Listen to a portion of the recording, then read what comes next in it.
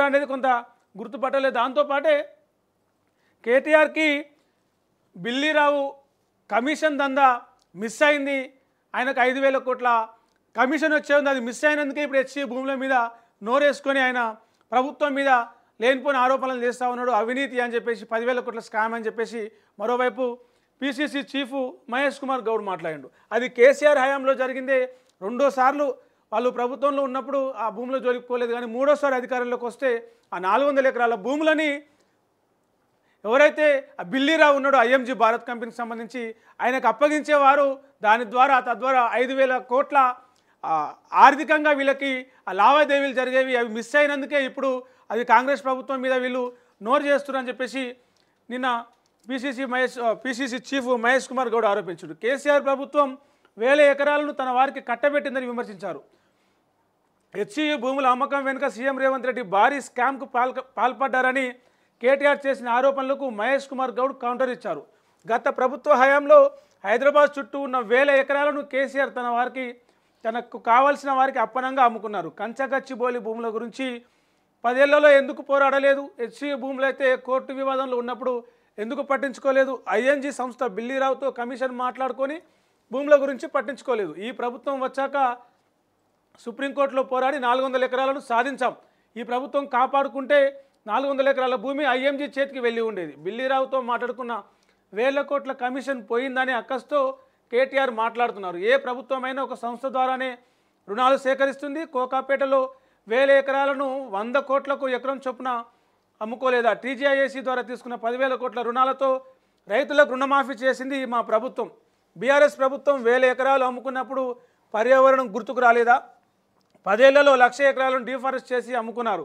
400 ఎకరాల్లో భూముల్లో కంపెనీలు నిర్మిస్తే రాష్ట్ర ప్రజలకు లక్షల ఉద్యోగాలు వస్తాయి. 10 ఏళ్లలో బీఆర్ఎస్ చేసిన దోపిడీపై బహిరంగ చర్చకు సిద్ధమా అని చెప్పేసి పిసిసి చీఫ్ మహేష్ కుమార్ గౌడ్ మాట్లాడుతూ నిన్న ఆయన గాంధీ భవన్లో మీడియాతో మాట్లాడుతూ ఈ ఆరోపణలన్నీ కూడా చేసిండు. కాంగ్రెస్ ప్రభుత్వం కాంగ్రెస్ పార్టీ అధికారంలోకి వచ్చినాక ప్రభుత్వంలోకి వచ్చినాకనే ఆ 400 ఎకరాల భూమి విషయంలో కోర్టు మెట్లు ఎక్కి కోర్టుతోటి కొట్లాడినాం సుప్రీంకోర్టులో అని చెప్తుంది. అసలు నిజం చెప్పాలంటే 2003, 2004 ప్రాంతంలో వైఎస్ రాజశేఖర రెడ్డి హయాంలో ఏదైతే ఈ 400 ఎకరాల భూముల విషయం వివాదం అయి కోర్టుకెక్కిందో అప్పటి నుంచి అన్ని ప్రభుత్వాలు, రాజశేఖర రెడ్డి ప్రభుత్వం, రోషయ్య ప్రభుత్వం, సీఎం కిరణ్ కుమార్ రెడ్డి ప్రభుత్వం, ఆ తర్వాత 10 ఏళ్ళున్న ఈ కేసీఆర్ ప్రభుత్వం, అందరూ కోర్టు వాయిదా వచ్చినప్పుడు ప్రభుత్వం తరపున ఒక అధికారో ఆ కోర్టుకు వెళ్ళిరు. సుప్రీంకోర్టు ఇచ్చిన తీర్పు వచ్చిన సమయంలో కాంగ్రెస్ పార్టీ అధికారంలో ఉంది కాబట్టి ఆ క్రెడిట్ వీళ్ళు మేమే కొట్లాడినామని చెప్పుకుంటారు. కానీ 18-20 ఏళ్ళుగా ఏ ప్రభుత్వం ఏ పార్టీ అధికారంలో ఉన్నా ఆ కేసుకు సంబంధించి 400 ఎకరాల భూముల కేసుకు సంబంధించి కోర్టు పిలిచినప్పుడు పోవాల్సిందే కాబట్టి కోర్టు చుట్టూ తిరిగింది. తీర్పు మాత్రం తాజాగా ఈ 2024 సంబంధించి కాంగ్రెస్ పార్టీ అధికారంలోకి వచ్చింది. దీన్ని మేమే చేస్తున్నాం అని చెప్పేసి కాంగ్రెస్ పార్టీ కూడా వాళ్ళు మంత్రులే కావచ్చు, పిసిసి చీఫ్ కావచ్చు, సీఎం రేవంత్ రెడ్డి కావచ్చు, ఆ క్యాడర్ కూడా కొంత దాన్ని తమ అకౌంట్లో వేసుకునేందుకు ప్రయత్నం చేస్తూ ఉన్నారు. మరి ఇప్పుడు 400 ఎకరాల మీద మాట్లాడుతున్న కేటీఆర్ బిల్లీరావుతో కమిషన్లు మాట్లాడుకొని వాళ్ళు మూడోసారి అధికారంలోకి వచ్చినాక ఆ భూములను ఆయనకే కట్టబెట్టి దాదాపు 1,000 కోట్ల డీల్ మాట్లాడుకున్నారు. అది మిస్ అయింది కాబట్టి కాంగ్రెస్ పార్టీ అధికారంలోకి వచ్చింది.